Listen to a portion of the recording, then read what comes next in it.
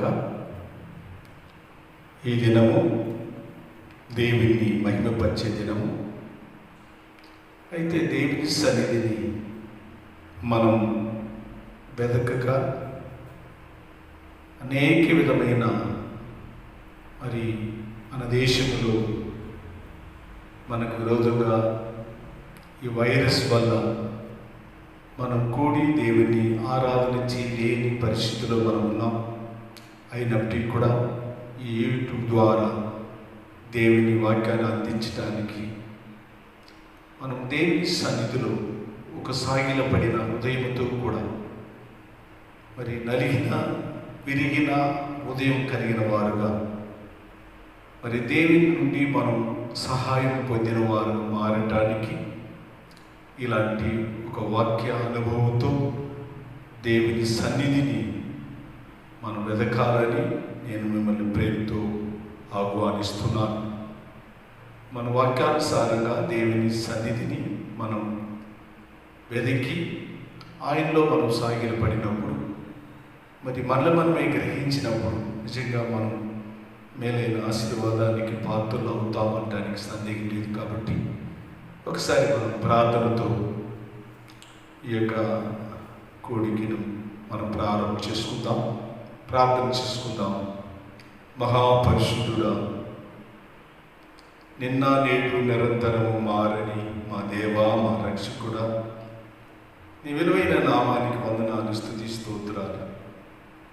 అవును ప్రభువా, ఈ దినం మేము మా దేశాన్ని, ప్రపంచాన్ని, మా నాయకుల్ని, మా అధికారుల్ని మేము చూస్తున్నప్పుడు మనిషికి మరణం అనేది ఎప్పుడు వస్తుందని తెలియని పరిస్థితిలో జీవిస్తుండగా యేసయ్యానికి స్తోత్రం. మా హృదయం కలవరముతో, దుఃఖముతో, వేదనతో నిండి ఉండే సమయంలో ప్రభువా, నీ వైపు చూసి మేము ప్రార్థన చేస్తున్నాం.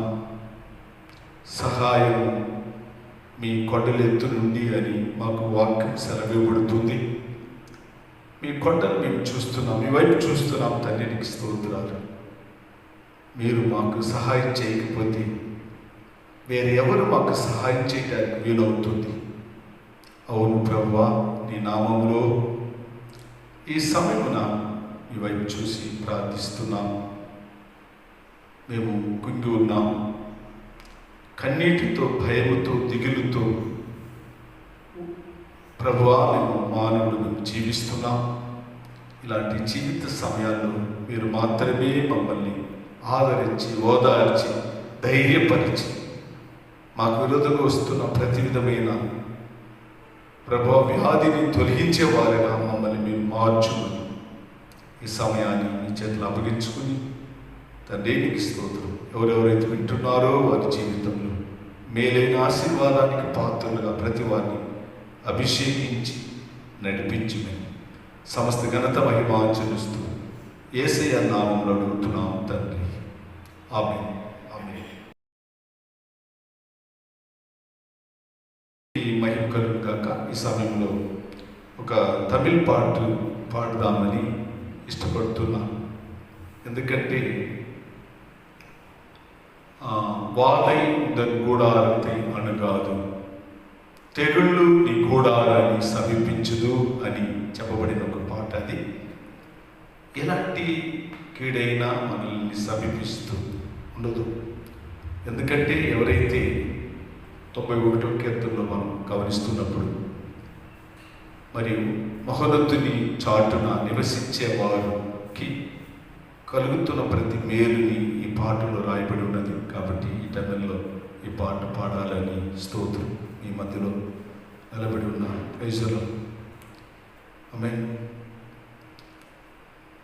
வாதை உந்தன் கூடாரத்தை அணுகாது மகனே, பொல்லாப்பு நேரிடாது மகனே. வாதை உந்தன் கூடாரத்தை அணுகாது மகளே,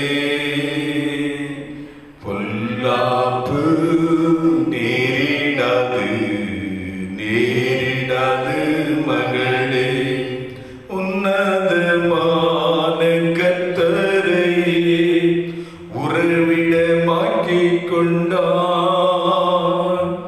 உன்னதமான கர்த்தரை உறவிடமாக்கிக் கொண்டார். அடைக்கலமாய் ஆண்டவரை ஆதாயமாக்கிக் கொண்டார். வாதை முந்தன் கூடாரத்தை அணுகாது மகனே, பொல்லாப்பு நேரிடாது நேரிடாது மகனே. ஆட்டுக்குட்டி இரத்தத்தினால் சாத்தானை ஜெயித்து விட்டோ. ஆட்டுக்குட்டி இரத்தத்தினால் சாத்தானை ஜெயித்து விட்டோ. ஆவி உண்டு, வசனம் உண்டு, அன்றாட வெற்றி உண்டு. வாதை முந்தன் கூடாரத்தை அணுகாது மகனே, பொல்லாப்பு நேரிடாது நேரிடாது மகனே. கர்த்தருக்குள் நம் பாடுகள் ஒரு நாளும் வீணாகாது. கர்த்தருக்குள் நம் பாடுகள் ஒரு நாளும் வீணாகாது. அசையாமல் உறுதியுடன் அதிகமாய் செயல்படுவோம். வாதை முந்தன் கூடாரத்தை அணுகாது மகனே, பொல்லாப்பு நேரிடாது நேரிடாது மகனே. அழைத்தவரோ உண்மையுள்ளவர், பரிசுத்தமாக்கிடுவார். அழைத்தவரோ உண்மையுள்ளவர், பரிசுத்தமாக்கிடுவார். ஆவியாத்மா சரீரமெல்லாம் குற்றமின்றி காத்திடுவார். வாதை முந்தன் கூடாரத்தை அணுகாது மகனே, பொல்லாப்பு நேரிடாது நேரிடாது மகனே.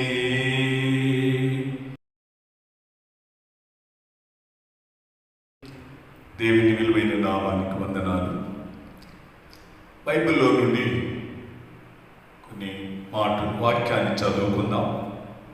2 తిమోథెయు 3వ అధ్యాయం 1 నుండి 5 వరకు మరి చదువుదాం.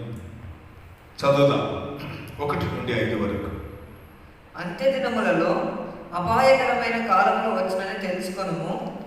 ఎలాగనగా మనుషులు స్వార్థప్రియులు, ధనాపేక్షులు, బింకములాడువారు, అహంకారులు, దూషకులు, తల్లిదండ్రులకు అవిధేయులు, కృతజ్ఞత లేనివారు, అపవిత్రులు, అనురాగరహితులు, అతిద్వేషులు, అపవాదకులు, అజితేంద్రియులు, క్రూరులు, సజ్జనద్వేషులు, ద్రోహులు, మూర్ఖులు, గర్వాంధులు, దేవుని కంటే సుఖానుభవం ఎక్కువగా ప్రేమించువారు, పైకి భక్తి గల వారి వలె ఉండి దాని శక్తిని ఆశ్రయించు వారినై ఉందురు. ఇట్టి వారికి విముఖుడై ఉండుము. దేవునికి మహిమ కలుగును గాక. అపొస్తలుడైన పౌలు రాస్తున్న విషయాన్ని మనం గమనిస్తున్నప్పుడు 2 తిమోథెయు 3వ అధ్యాయం 1 నుండి 5 వరకు మనం చూసినట్లయితే అంత్య దినం మనం ఈ రోజుల్లో జరుగుతున్న సంభవాన్ని మనం చూస్తున్నప్పుడు ప్రతి మనిషికి అంత్య దినం ఉండటం మనం గమనిస్తున్నాం. ఎప్పుడు ఏ మనిషికి ఏది జరుగుతుందని తెలియని సమయాల్లో మరి మరణం అనేది ప్రతి మనిషిని వెంటాడటం మనం గమనిస్తున్నాం. ఎంత ధనికుడైనా, ఎంత ఉన్నవాడైనా, లేనివాడైనా మరి ఎలాంటి అంతం కలిగిన వాడు లేనివాడు ఇలాంటి పరిస్థితుల్లో జీవించే దినాల్లో మనకు బైబిల్ బోధిస్తున్న కొన్ని మాటల్ని మనం దయచేసి మనం గమనించినట్లయితే, అపోస్తలుడైన పౌలు దేవుని ఆత్మ వలన ప్రేరేపబడి అంత్య దినములో జరుగుతున్న సంభవాన్ని గురించి వివరంగా మనకి ఇక్కడ రాయటం మనం చదివినాం.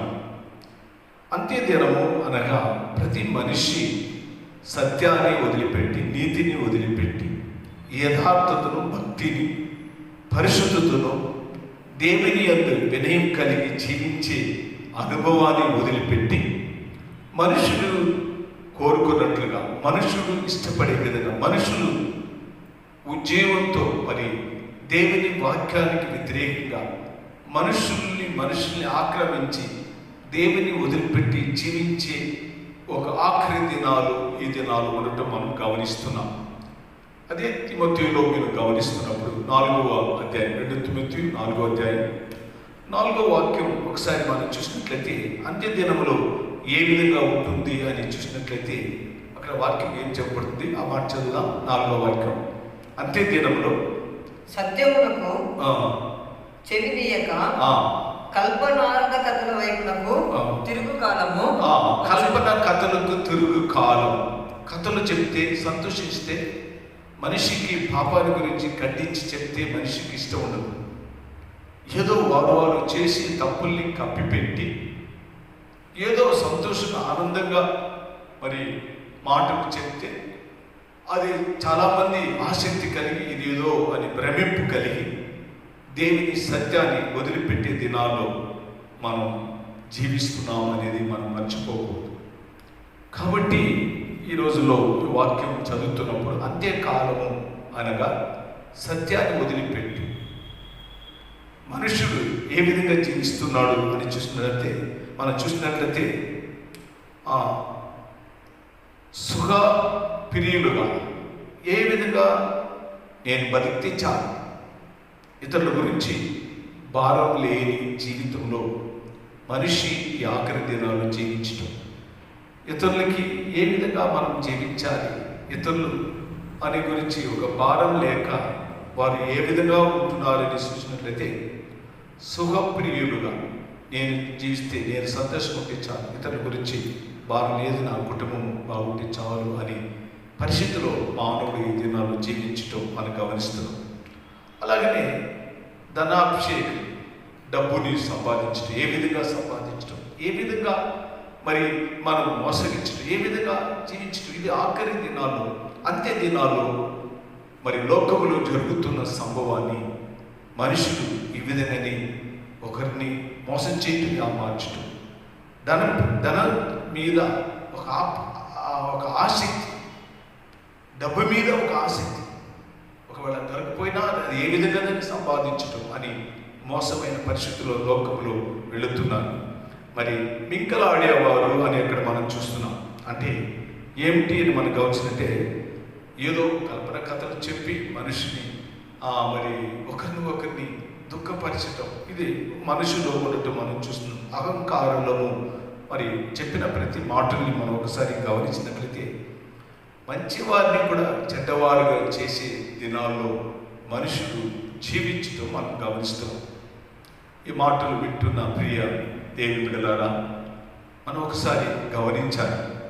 లోకములో జరుగుతున్న ప్రతి సంభవాన్ని మనం చూసినట్లయితే మరి పరిశుద్ధత లేక, నీతి లేక, దేవుని యందు విధేయత లేక, మరి మనం చేసే ప్రతి మేలైన కార్యాలు మనం మేలు చేయాలి అని ప్రతి మనిషి వెదకక మరి మోసమైన హృదయంతో జీవించడం మనం గమనిస్తున్నాం.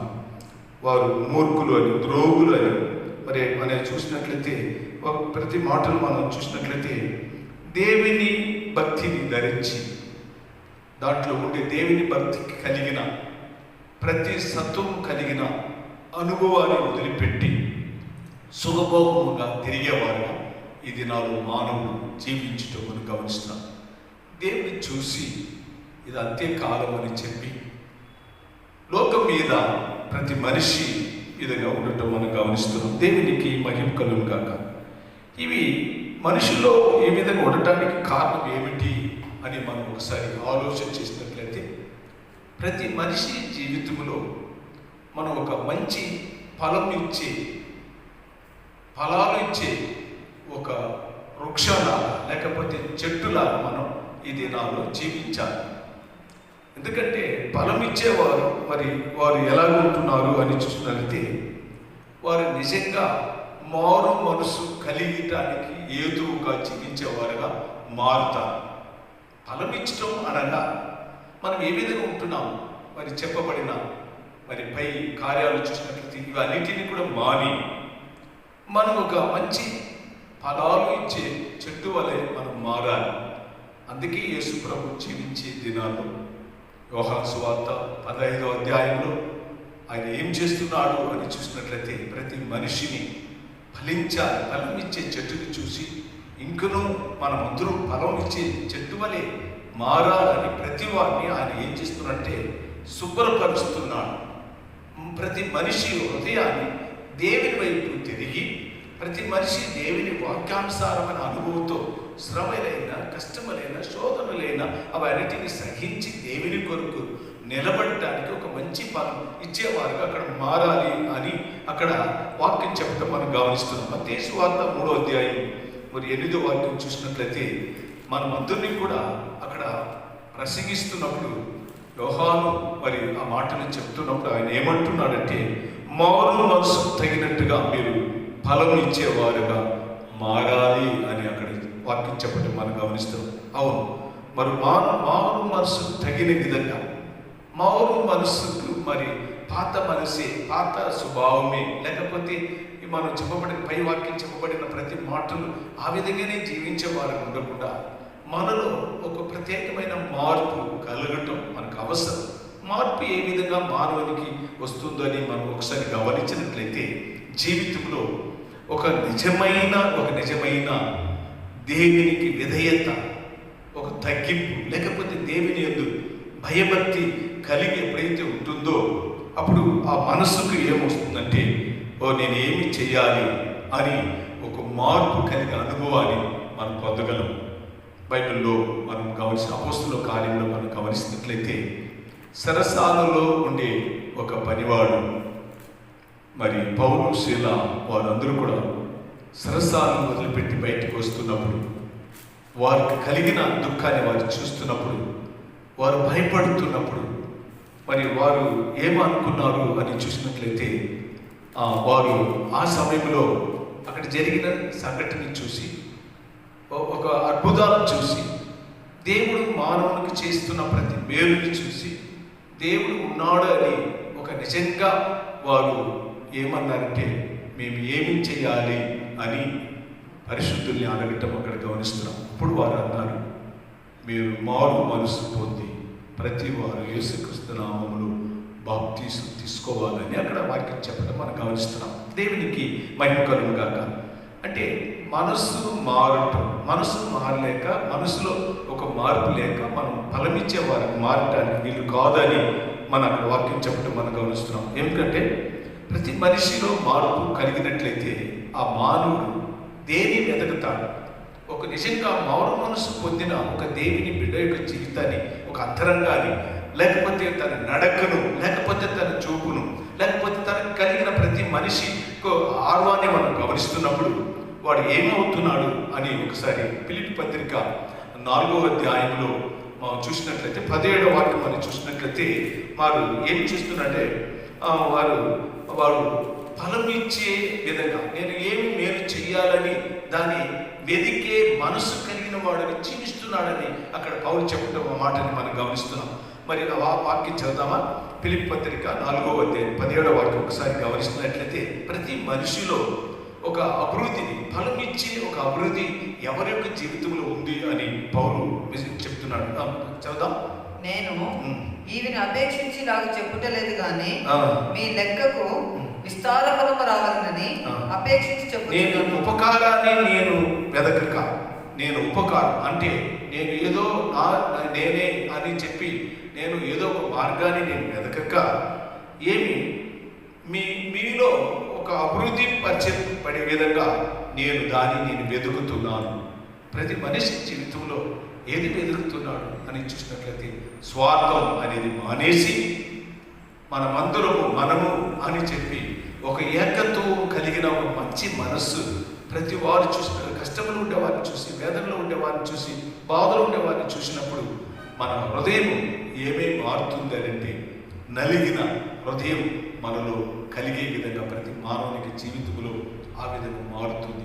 మారు మనసు పొందిన జీవితంలో ఒకసారి ఫలమిచ్చే ప్రతి మనిషి యొక్క జీవితంలో మారే అనుభవాన్ని ఒకసారి మనం గమనించినట్లయితే మనం ఏం చేస్తున్నామని చూసినట్లయితే వారిలో ఒక మంచి క్రియ జరిగించేవారు, చెడ్డవి మారి పాత అనుభవం మారి ప్రతి మనిషిలో ఏమి మారుతుందంటే ఒక ఫలమిచ్చేవారు. అదే కొలెసి పత్రిక 1వ అధ్యాయము మీరు 10వ వాక్యములో మనం గమనించినట్లయితే సమస్త విధమైన మంచి క్రియలు మీలో కలిగించే విధంగా మీరు ఫలమిచ్చి వారుగా మాత్రం కాక మీరు దేవుని వెదికేవారుగా, దేవుని వాక్యంలో అభివృద్ధి పొందేవారుగా, దేవుని వాక్యంలో చూసినట్లయితే దేవుని ప్రేమించేవారుగా, మరి చూసినట్లయితే దేవునికి తగిన పాత్రులుగా జీవించేవారుగా మారగలరు అని చెప్పి అక్కడ దేవుని వాక్యం చెప్పడం మనం గమనిస్తున్నాం.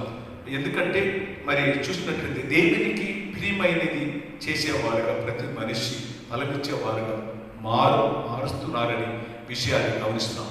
ఇవి లేక మానవుడు ఏం చేస్తున్నాడంటే నేను చెప్పినట్లుగా ఆ యొక్క 3వ అధ్యాయంలో చెప్పినట్టుగా మరి ఆఖరి దినాల్లో చూసినట్లయితే మరి మనం మనిషి ఇవి లేక మనిషి ఏం చేస్తున్నట్టే వారు స్వార్థపరులుగా మారి మనం మరి ఈ దినాల్లో మరి మనిషి మరి పోగొట్టుకుంటూ దేవుని పోగొట్టుకుంటూ దేవుని ప్రేమను పోగొట్టుకుంటూ మనం దేవునికి ఇష్టం లేని వారుగా ఉండకుండా మరి మనిషికి ఇష్టం ఉండేవారుగా జీవించేవారుగా మారుతున్నారు. అలా ఉండకూడదని దేవుని వాక్యంలో మనం గమనిస్తున్నాం. ఫలమిచ్చే చెట్టు ఏ విధంగా ఉంటున్నారు అని ఒకసారి మనల్ని మనమే గమనించినట్లయితే ఒక నీటి కాలువలో ఓరగా నాటబడిన చెట్టు వలె ప్రతి మనిషి ఉంటున్నాడు. అక్కడ మనం చూసిన ఎజేకియేలులో 47వ అధ్యాయం 12వ వాక్యంలో మీరు చూసినట్లయితే వారు ఏ విధంగా ఉంటున్నారు అని చూసినట్లయితే నిజంగా ఫలాన్ని పూజించేవారుగా, మేలైన కార్యాలు మంచి ఫలాలు పూజించేవారుగా వారు మారుపడుతున్నారు. ఆ యొక్క నది ఓరంలో నాటబడిన ఆ వృక్షం ఏ విధంగా ఉంటుంది అని చూసినట్లయితే ఆ ఫలము తినటానికి చాలా రుచికరంగా ప్రతి మనిషికి రుచికరంగా మనం చూసి ఆశగించుకుంటే మనిషిగా మనం జీవించకూడదు. తల్లిదండ్రులైనా లోకమైనా మన స్నేహితులైనా మనం ప్రతి మనిషిని చూసినప్పుడు మనల్ని చూసి అసిగించేవారుగా ఉండకుండా మనల్ని ప్రేమించేవారు మనం చూసిన తర్వాత మనిషిని చూసిన తర్వాత మనలో జాలిపడి ఒక హృదయం కలిగిన వారుగా మారటం ఏమిటంటే మనం చూసినట్లయితే మనం ఒక నీళ్లు ప్రవహించే స్థలంలో చెట్టు ఏ విధంగా ఫలాలు ఇస్తుందో ఆ విధంగా చూసి చెట్టు కానీ ఆకులు కానీ అలాంటి ఒక ఆనందాన్ని కలిగించే విధంగా ప్రతి మానవుడు మారటం అక్కడ చూస్తాం. అక్కడ ఏం చెప్పంటే ఆకులు పడకుండా మరి చూసినట్లయితే అది విడవక్క ఫలమిచ్చే చెట్టు. అక్కడ వాక్యం ఆ మాటలో చూసినట్లయితే ప్రతి నెల విడవక్క వారు ఫలమిచ్చేవారుగా మారుతారు అని చెప్పి అక్కడ చూస్తున్నాం. ఎందుకంటే అది మాత్రం కాదు, ఒక నూతనమైన ఫలాలు అక్కడ చెప్పబడింది ఆ వాక్యంలో. ఎజేకియేలు 47వ అధ్యాయం 12వ వాక్యంలో చూసినట్లయితే ఒక నూతనమైన ఫలము కూడా ఇచ్చేవారుగా మారుతున్నాడు. ఏదో పాత అనుభవంతో పాత జీవితంతో మరి కుంగిపోకుండా మనలో ఒక అభివృద్ధిని, మనలో ఒక మరి జాతి కలిగే విధంగా మారబడి అనుభవం ప్రతి వారిలో కలిగించడం అవసరం. కాబట్టి ఇవి ఎప్పుడైతే మానవులు లేకుండా పోతుందో మానవుడు మరి చూసినట్లయితే ఆఖరి దినాల్లో మనం చిక్కుబడి లోకాన్ని ప్రేమించేవారుగా, లోకానుసారంగా జీవించేవారుగా, మరి దేవుని యందు భయం లేని వారుగా, లోకంలో మరి కోరే విధంగా మానవుడు తన శరీరాన్ని, తన చూపును, తన నడకను పాడు చేసి జీవితంలో అనేక విధమైన మేలుని పోగొట్టుకునేవారుగా ఉంటున్నారని దేవుని వాక్యం చెప్పబట్టి మనం గమనిస్తున్నాం. కాబట్టి ఇలాంటి పరిస్థితుల్లో ఉన్నప్పుడు దేవుడిని చూసి లోకాన్ని చూస్తున్నప్పుడు, లోక పరిస్థితిని చూసినప్పుడు తెగుళ్ళని పంపి ప్రతి మనిషి తన వైపు తిప్పుకోవటానికి దేవుడు అనేక రీతులుగా అనేక విధాలుగా ఆయన మనల్ని ఎదురు చూసేవారుగా ఉంటున్నాడు అనేది మనం మరవకూడదు. కాబట్టి ఈ దినాల్లో ప్రియ దేవుని సంగమా, ఒకసారి మనం గమనిస్తాం. ఒకసారి దేవుని సన్నిధిలో సాగిలపడిన విధంగా నేను ఏ విధంగా నేను దేవునికి ప్రియంగా ఉంటున్నాను, ఏ విధంగా నేను నా వరకే స్వార్థ జీవితాన్ని చేస్తున్నానని ప్రతివారు మనం గ్రహించినట్లయితే నాశనంలో నుండి మనం తప్పించి, మరి కీడులో నుండి మనం విమోచించి, మరి శాపములో నుండి మనల్ని విడిపించి జీవితంలో ఒక ఉన్నతమైన స్థాయిలో ఎదగటానికి దేవుడు తప్పకుండా తన మార్గాన్ని మనకు దయచేస్తున్నాడని దయచేసి మనం మరవకూడదు. ఎందుకంటే యేసయ్య చెప్పాడు, నేనే మార్గము, నేనే సత్యము, నేనే జీవము అన్నాడు. ప్రతి మనిషికి క్రీస్తు జీవమై ఉన్నాడు. ఇది నాలో గమనిస్తున్నప్పుడు, ఈ లోకాన్ని గమనిస్తున్నప్పుడు, ప్రతి మరణాన్ని మనం గమనిస్తున్నప్పుడు, సంభవాన్ని గమనిస్తున్నప్పుడు మనం సాగిలపడదాం, దేవుని సన్నిధిలో సాగిలపడదాం. ప్రభువా, నేను ఏ విషయంలో నేను స్వార్థప్రియుడిగా నేను జీవిస్తున్నాను, నేను ఏ విధంగా నేను ఇతరులకి బలం లేని వారు ఉంటున్నాను అనేది, నేను ఏ విధంగా నిన్ను మహింపరచలేని పరిస్థితిలో నేను జీవిస్తున్నానని మనం ఒకసారి మనమే ఆలోచన చేసేవారుగా ఉన్నట్లయితే తప్పక ప్రభు మన ఏడల జాలి పడతాడంటానికి సందేహం లేదు. ఎందుకంటే పరిశుద్ధులు బైబిల్లో మనం ఎన్నో పరిశుద్ధులు మనం గమనిస్తున్నాం. దేవుని వెతికిన వారికి మేలు మొదట మనం గమనిస్తున్నాం. ఎందుకంటే బైబిల్లో నేను చెప్పింది మనం చేయలేను, కానీ తప్పిపోయిన కుమారుడు తన వైపు తిరిగినప్పుడు, తన తండ్రి వైపు తిరిగినప్పుడు తన తండ్రి జాలిపడ్డాడు. తన కార్యాన్ని చూడలేదు, తన పాపాన్ని చూడలేదు, తన మురికిని చూడలేదు, తను చేసిన తప్పుని చూడలేదు. తన తండ్రి కౌగిలించాడు, ప్రేమించాడు, జాలిపడాడు. మరి అతని అవసరతను కూడా సంధించాడు. ఆకలికి అల్లాడిన మనిషి జీవితంలో మరి స్తోత్రం, ఆయన నా తండ్రి దగ్గరికి తిరిగి వెళుతున్నానని మరి సమస్తాన్ని మాని నేను నా తండ్రి దగ్గరికి వెళ్తాను. ఎంతోమంది కూలివారు ఉన్నారు, నేను కూలివాడు ఒకడుగా నేను ఉంటున్నానని, నేను ఒక సుతంత్రుడు అని అనుకోకుండా, నా తండ్రిని అనుకోకుండా, తను చేసిన తప్పుకి నేను తన గ్రహింపు కలిగిన వాడు, తను ఒప్పుకునేవాడుగా దేవుని వెతికి వచ్చిన మనిషి తన తండ్రి హత్తుకున్నాడు. నిజంగా యేసు ప్రభు మనల్ని హత్తుకొని మనల్ని ప్రేమించి మనకు కావలసిన ప్రతి మేలుని ఆయన తప్పకుండా చేయగలడు అని నేను నమ్ముతూ ఈ మాటలు ప్రతివారు దీవెన పొందాలని యేసుక్రీస్తు నామములో మీకు మనవి చేయబడుతుంది. ప్రభు మిమ్మల్ని దీవించుగాక. ఆమేన్. ప్రార్థన చేసుకుందాం. మహాపరిశుద్ధుడా, జీవాధిపతి, జీవానికి కారకుడా, మమ్మల్ని నిత్య జీవానికి వారసులుగా చేయటానికి మీరు మరణించి మూడవ దినం గుర్తించి లేచిన దేవుడు కనుక మమ్మల్ని కూడా ప్రభువా ఆ విధంగా చేయటానికి లోకానికి మమ్మల్ని వెతికి వచ్చిన దేవుడని మిమ్మల్ని స్తుతిస్తున్నాం. యేసువే మిమ్మల్ని స్తుతిస్తున్నాం. నీకు వందనాలు ప్రభువా. ఈ మాటలు వింటున్న ప్రతి వారి జీవితంలో నీటి కాలువలో నాటబడిన ఒక జీవ వృక్షాన్ని ఇచ్చే బలం వారే ప్రతివారు మారటానికి, ప్రతివారిని మీరు అభిషేకించి నడిపించి నీ వైపు రావడానికి ప్రభు ప్రతి వారికి మీరు సహాయం చేయండి. యేసయ్యానికి నీకు వందనాలు ప్రభు. అవును తండ్రి, ఆఖరి దినాల్లో మరి చూసినట్లయితే ఒక భయంకరమైన పరిస్థితుల్లో మనుషులు జీవిస్తున్నాడు, శాపానికి గురి అవుతున్నాడు. అలాగే మేము కాకుండా మమ్మల్ని మీరు భద్రపరిచి మేము ఫలం ఇచ్చేవారుగా, మేలు చేసేవారుగా మా జీవితాన్ని మీ సన్నిధిలో సమర్పిస్తున్నాం. అలాగే చేయము, అలాగే మమ్మల్ని మీరు వాడుకో, ప్రతి వారిని ప్రభు మీ సన్నిధికి వెతికి రావడానికి సహాయం చేయి. మమ్మల్ని పరిపాలిస్తున్న వారి కొరకు, మమ్మల్ని ప్రభా మా రాజుల కొరకు, అధికారుల కొరకు ప్రార్థిస్తున్నాం. యేసువే స్తోత్రం. ఒక భయంకరమైన పరిస్థితులు, కన్నీటితో, వేదనతో, దుఃఖముతో, వ్యాధితో, మనిషి ప్రేమ లేని మరి స్తోత్రం, ఇలాంటి జీవితంలో మా దేశం ప్రభువా వెళుతుండే దినాలు మేము జీవిస్తున్నాం. సహాయం చేయండి.